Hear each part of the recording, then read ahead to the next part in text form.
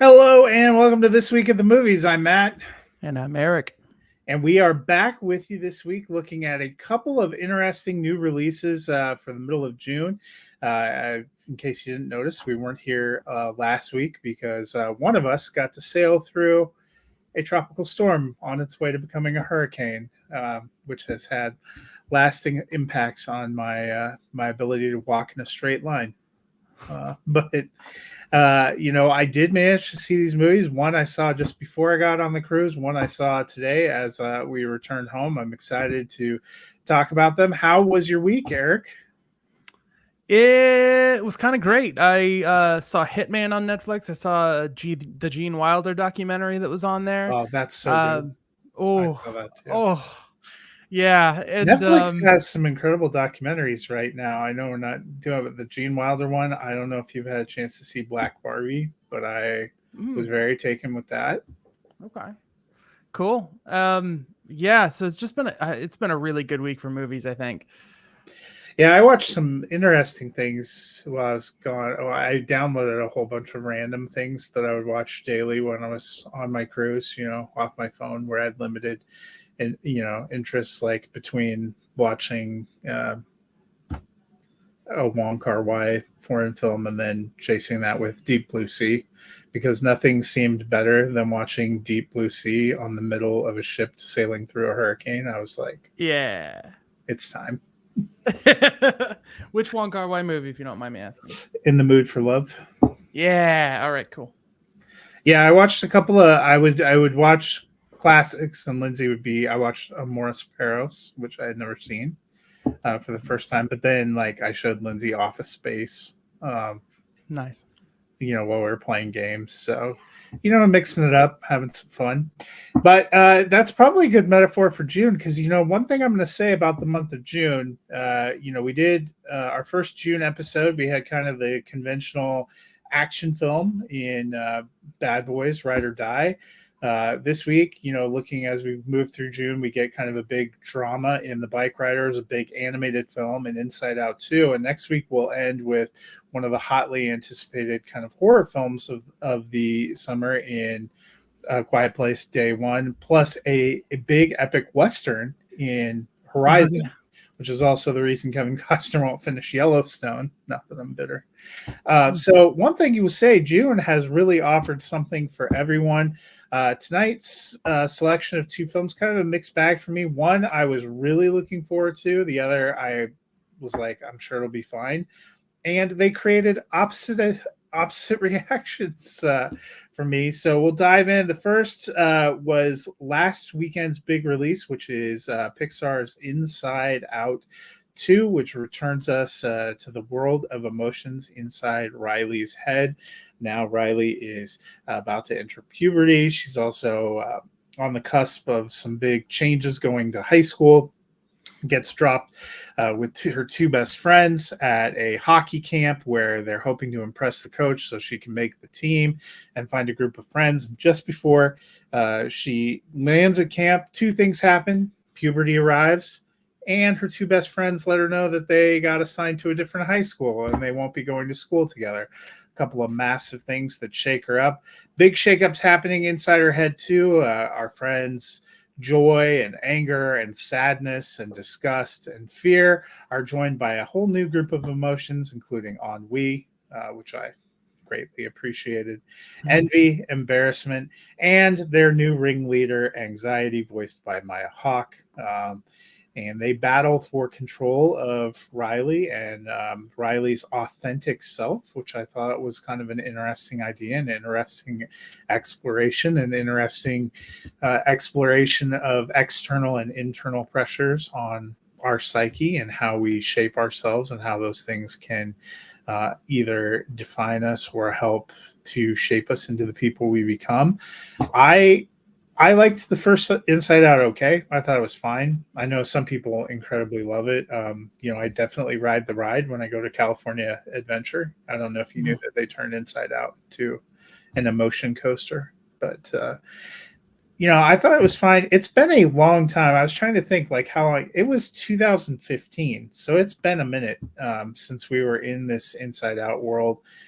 as we come back. So I didn't have super high expectations. I loved this movie. I'm giving it a huge thumbs up. It is actually currently my favorite animated film of the year. It's moved right up into my top three, or top four for the year, for 2023, and it's in my top three of all-time favorite Pixar films too. I am a big the Pixar films that have really resonated with me have gotten to me emotionally and made me think about the world in a certain way. Coco is my number one. I really love Toy Story 3, and Toy Story 3 is one that I likened to this movie. I saw it in an audience, full of kids and adults, and there's a lot of it that plays out that works really well for younger audiences as an animated film. But I thought there's a layer to this film that really appeals to probably older audience members who are thinking about life and thinking about the ideas that get brought up here. It's not a perfect movie, but it really got to me emotionally. And was really satisfying for me. I really enjoyed the ride. Yeah. Inside Out 2, I'm just going to say right off the bat, I think I would give it 2 thumbs up if I weren't occasionally distracted by being able to almost beat for beat follow like the first movie, just take out one thing and insert something to replace it. Take out the imaginary friend, replace it with the dog that's like Dora the Explorer with the pouch. You take away them falling off into the abyss and replace that with them being lost with the tube gone back home. And, it's Joy gets kicked out of the central brain and has to make her way back. And instead of going for core memories, she's going for her sense of self. And like, it's 1-to-1 very close to being like beat for beat, but like if it weren't for the fact that I was watching it play out that way, this is a completely unique story about adolescence that is completely different conceptually from what's going on in Inside Out. And I think the two of them pair well together as a story about depression and then a story about anxiety. And those are sometimes two sides of a mental health coin. And I'm really excited about the idea of them being paired together, but this one, anxiety is something like, I think some of the Pixar films that you talked about, Coco and Toy Story 3, they resonate emotionally and they deal with like very human experiences. And I think the way this is going to impact an individual, I think depends on how much you can identify with the experience being explored. Like that shift of Andy to saying goodbye to his childhood. That is pretty a large common experience. Like there are some people who would see it who maybe haven't had that kind of transition in their life, but you can see how that would hit a lot of people. Inside Out, I can understand, like there are some people who that movie hits them really hard because they've been through a depressive episode where they changed and lost touch with their friends, lost a little bit of a sense of their ability to be in touch with their emotions and numb out and all these kind of things. And just as true as that movie is to depression, this is to anxiety, panic attacks, the idea that being afraid for the future can consume your whole identity. And there is no other Pixar movie, I think, that has hit like a truer or more identifiable vein for me. And so I have to say that there's like kind of a bias here. And I think that's why I'm backing down to 1 thumb up from 2 thumbs up, because I almost can't be objective about like, did this or that work? I love nostalgia, that joke, like the times that it came up. I love most of the performances. I think Maya Hawke is incredible, to the point that I really, really resented the character at some but like from the moment her anxiety-based identity takes hold until the end credits of the movie, I was an emotional wreck. Like I couldn't keep it together with what was going on, and realizing how familiar some of the things she was going through were, and just the idea of like, what if we did have control over that, to everybody like hugging her identity, like this like child-friendly representation of being embraced, you embracing yourself for who you are because it's her own mind. Like I oh Well, and I guess one thing too that I would say is in these films, I don't know if it's just because of the way, because we're in Riley's head, they make it seem like this is something you go through during your childhood and then are able to put away. It shows her parents as, oh, I remember those days. Like it does. No, no. those are things I still identified with and think about, those pressures that you still have to go through. And probably the part I liked most was the constant evolution of the true self, blending in your experiences, not being afraid of embracing, negative experiences too. Those help shape us as well. You can't just shield yourself off from every bad experience. That was something that they went through. That was, that's um, in my favorite of the Star Wars movies, The Last Jedi. That is essentially the final lesson that Yoda gives Luke is the bad things, the things that we tried to do that did not work out for us are just as informative in helping shape us and helping us move forward as the things we excelled on. You can't just pretend to be one thing. It's like the mixture of all of them. And so I appreciated the first one. It's not I didn't like it. Sure. But this one just hit in a different way. And maybe it's like what you said, maybe you identify with the emotional trauma that it was bringing Which up one? for them, for the characters and putting everything into shape. And I just thought it was a great job by the writing and directing crew. Very strong voice crew. There were a couple of minor changes to some of the voice casts. Liz Lapira takes over from Mindy Kaling as discussed. Tony Hale joined as Fear, but I was glad to have Phil Smith back as Sadness, and some of the new voices were really fun. Io Adibri as Envy. I always love Lewis Black as Anger. Yeah, Ennui made me laugh too. Ennui was great. Yeah.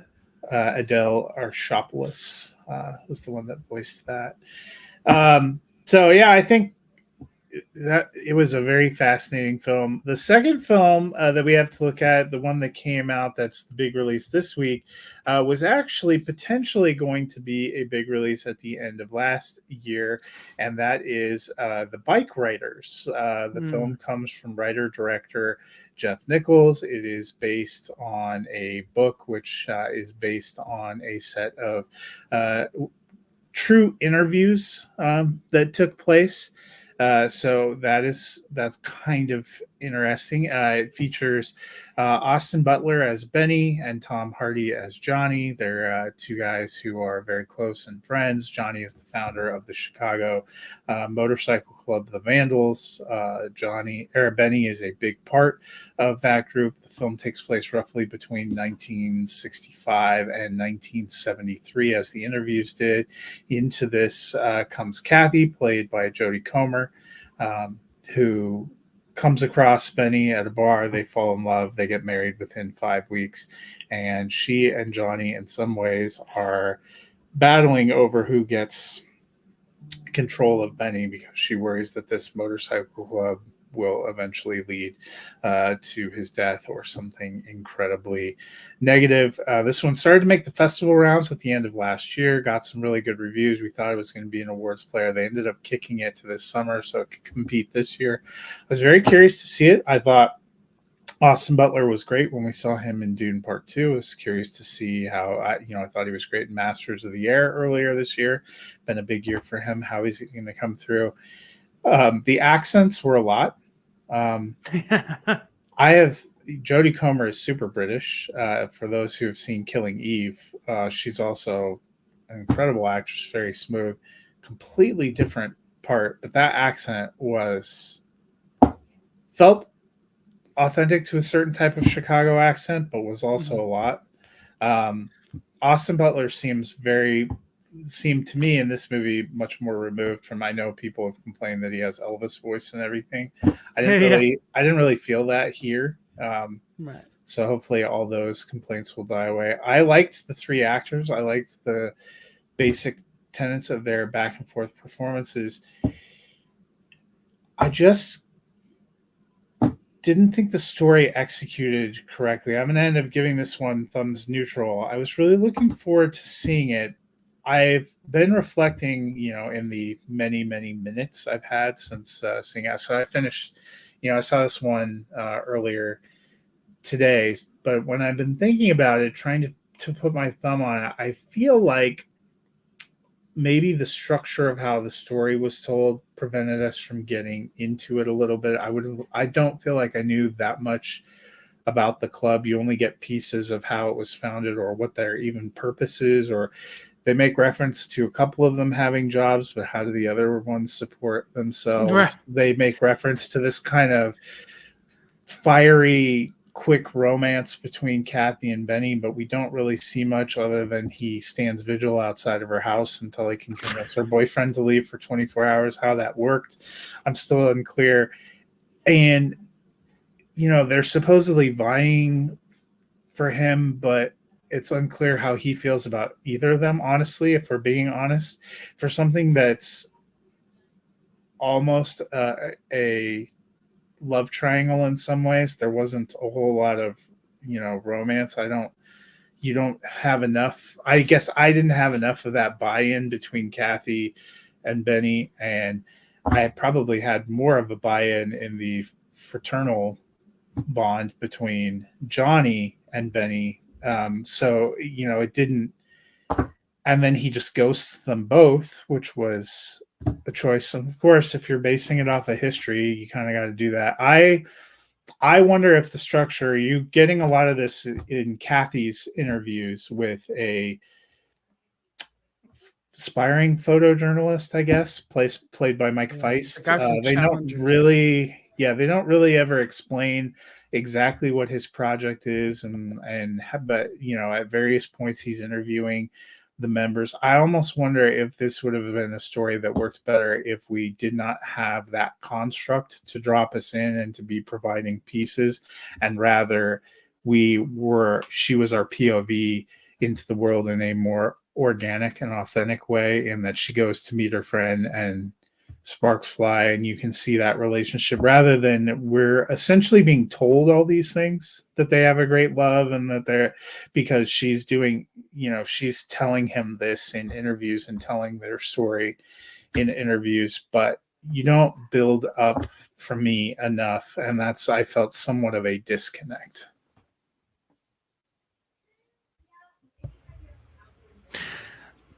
I think I'm gonna take a weird departure here. I think this might be a dialogue a little bit, but I'm actually gonna go so far as to say is what I think my takeaway is from this is that it is not about the romance between Jodie Comer and Austin Butler in a way that it could have been. I'll agree with that. But I do think the entire thing is massively nostalgic and romantic. I think it is about characters who yearn to be James Dean and Marlon Brando, and the way that spark of that culture created this club where people belonged and fit in, and how much they wish things were like that. And the whole reason the story is framed from someone looking back on that time is so they can look back on those memories the way the characters all probably look back and think, the way things used to be before gang culture became so toxic and invasive and became something it wasn't. I think Jodie Comer is the person, probably because of the interview source from the book. There's probably something branching off of that. You could have reevaluated that, but I don't think Benny is the kind of character. I think it's very poignant that he is reserved emotionally, and that he is sort of free-spirited and goal-oriented and aimed at one thing. And I think the story from his perspective would have been very similar to what we got, in the sense that things were right and then they were corrupted and fell apart. And I just think the angle we get on that is someone who watched him from the outside. And I don't think we would get it from Johnny's perspective, aligning the camera, whether it was a story being told or whether we were just following them. I think there's something different about a story where it's all happening in the present and you're following, and then this character dies and they go after this character and you don't know what's going to happen. Something about being detached from it and looking back and saying like, yeah, it was tragic when so-and-so died, and you're sort of primed for what you're about to experience, and then you go live through it. And I'm thinking particularly of, I don't know the actor's name, but is the one who played Charlie Chaplin in both Mindhunter and Once Upon a Time in Hollywood. His name starts with a B in the movie, but anyways, he's like the one that Austin Butler said should have taken over instead of him. But I don't know. Yes, I know who you're talking about. You're talking about Damon. Harriman, Brucey. Yes, Brucey. And like a story like that, I feel like that would have been different if we were just watching the story as a series of events that played out. It's the structure of this was very interesting because I do feel like we're cutting around the point. And I think that comes from the point of view of the interviewer, is someone who was a part of the gang. He knows all of those parts. He knows certain details, and those aren't the questions that he would be asking. The questions that he's asking is really, what happened after I left? Like, what is the deal? And I don't think we get enough of that. I think it's interesting how, even though we do get a shot of his home life, the kid who ends up going after Johnny in the end, he's somehow very one note, even though we got that little insight or whatever. It just seems like he represents villainy rolling in and infecting this thing. And I don't know, like those are a little bit of the. So I wasn't, maybe I wasn't clear. I wasn't suggesting I wanted the movie from Benny's point of view. I still think she's the right POV character, but not doing interviews like that. If we were seeing the reactions to things like Brucey's storyline, that is a perfect example. She basically talks about for 2 or 3 minutes that he died and the aftermath before you get put into a scene that might have actually had some emotional weight if you hadn't just been told it happened.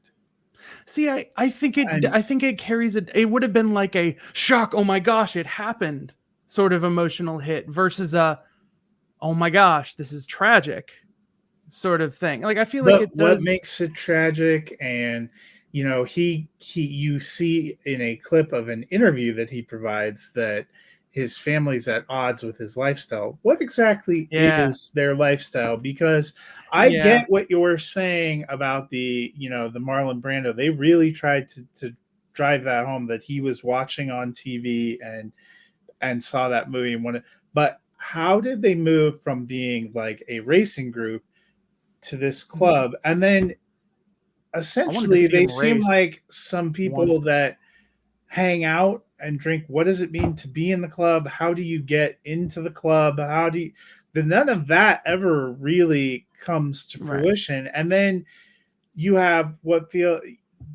also the non-sequential way that they decided to drop it in, because you're dropped into a very kind of violent opening sequence, and that's going to lead to a big bout of retribution. But how does a guy who likes racing motorcycles, who's married to a seemingly normal lady with a couple of daughters, go from a group of motorcycle enthusiasts that like to race to burning down a bar and having enough cachet with that group that the fire department and the police department are just watching it burn and afraid to move on those guys? They're afraid of us now. Why are they afraid of you? What else have you done? They never really indicate, I thought the club was going to be going into criminal affairs. It almost seems like he's completely opposed from that. Okay, then what do you actually do? What brings all these people together? Are they really just guys that like motorcycles, because it's sort of unclear, because even from her first entry into that bar, there's like an air that these are some rough and tumble characters, even though Right. No, they don't you're actually rough also or trying tumble. to say, and other things like I read an article where Michael Shannon has kind of this speech about trying to get into Vietnam and stuff. I Yeah. thought that was kind of a sad, weird window. Apparently, Michael Shannon also did. I read a thing from Jeff Nichols. Yeah, he didn't see the humor in it. Guess what, buddy? I didn't see the humor in it either. So if Right. that, so now, did I not understand some of the tones? There are moments No. that are really good and that really works, but it's too disjointed. Even with the interview construct, we jump right to her post 1973 interviews where we can tell things have changed, and you already know the group came apart. You just don't know exactly in what ways it came apart in the middle. And then you go back and then you have more of her interviews from 65. So even the interviews telling the larger structure of the story are not sequential. Nothing about it is sequential. I wonder if they would have made a more straightforward movie about a girl from the outside falling in love and getting pulled into this, and then wondering whether her love was going to be enough to save him, because judging by how it ends, that is, he made a choice. Yeah. Yeah. And that I choice doesn't feel earned based on all of their interactions to me. I will give you, there is, if this is Goodfellas, it's like Goodfellas if you never once saw them actually engaged in crime. Mm-hmm. Well, and And were they supposed to be criminals? I mean, well, you get the I'm not sense saying they when have to, he's. I'm not saying they have to I be know, but you criminals, get the but you're sense right. We even from the don't. beginning when he gets challenged, he's like fists or knives, and you're like, Right. It's like, shit just oh, got there real. must be But violence they in their have like a culture, but family then picnic and then beat the living daylights see, out. that's the thing. I kind of love that moment. And for me, I feel like that is the kind of thing where I rewatch it. There will be answers to questions that I can fill in, but I don't have to fill in. Where I just, and there was a reaction, there was laughter in the theater here, where there's some confusion in, I don't understand what's going on here. There's a gang squaring off with another gang. And I think, like, in that moment, Austin Butler is the audience character who's like, oh, there's going to be a fight. Go. And just immediately is like, this is what this is supposed to be, right? But then it so rapidly de escalates. It's like one person gets hurt, and it's like, oh, this is crazy. Nobody wants to do this. And it just like kind of disappears.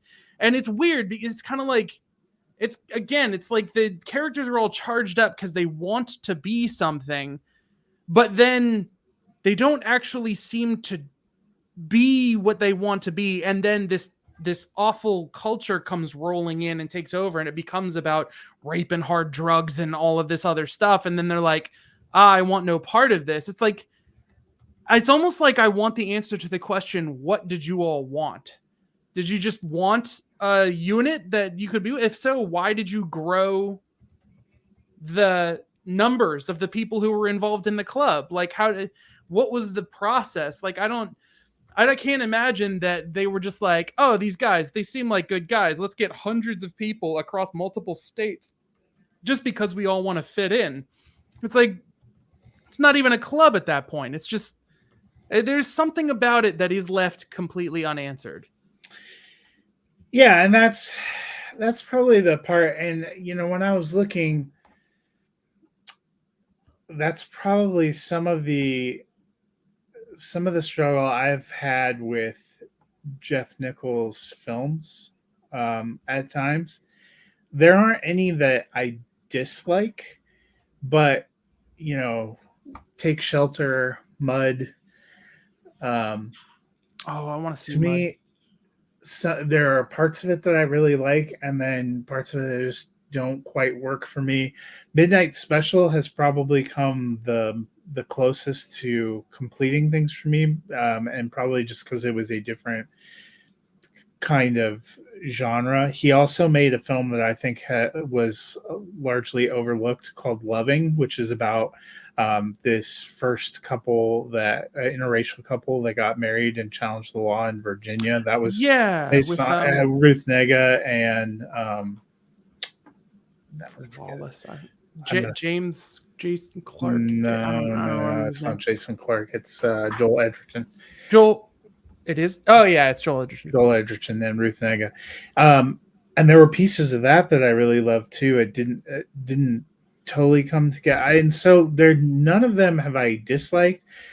All of them I thought had massive potential, and sometimes it just doesn't all come together for me. And that's similarly how I felt with Bikeriders. There are big pieces of it that I think have potential, and there were parts of it that I was really tracking with, but then it just, and especially I just think for me probably that last act, it's very curious why he takes off, and then he comes back, and I wasn't surprised. I know it's probably supposed to be a twist that they're together there in doing, but I knew exactly where we were going with this.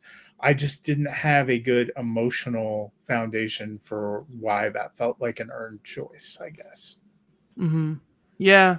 I can understand vibe-wise, tone-wise, production-wise, why someone at a film festival would see this and think like, ooh, this has an appeal to it for an audience, and this is going to resonate with some people. And then they kind of like attach things like The Outsiders and like, again, James Dean, Marlon Brando, that kind of thing. And they think, ooh, this has nostalgia to it. This is going to be some kind of thing. But I think that might have shot it in the foot a little bit, where some people hyped it up too much based on thinking it was going to resonate in a way that I don't think it does. Well, it's very well made. I would have enjoyed more time. This is probably one of those rare movies where if they made it 45 minutes longer, it might have been better. Yeah, actually, I could have that, like sunk in. You had some interesting supporting characters played by people like Michael Shannon and Boyd Holbrook and Norman Reedus and Damon Harriman.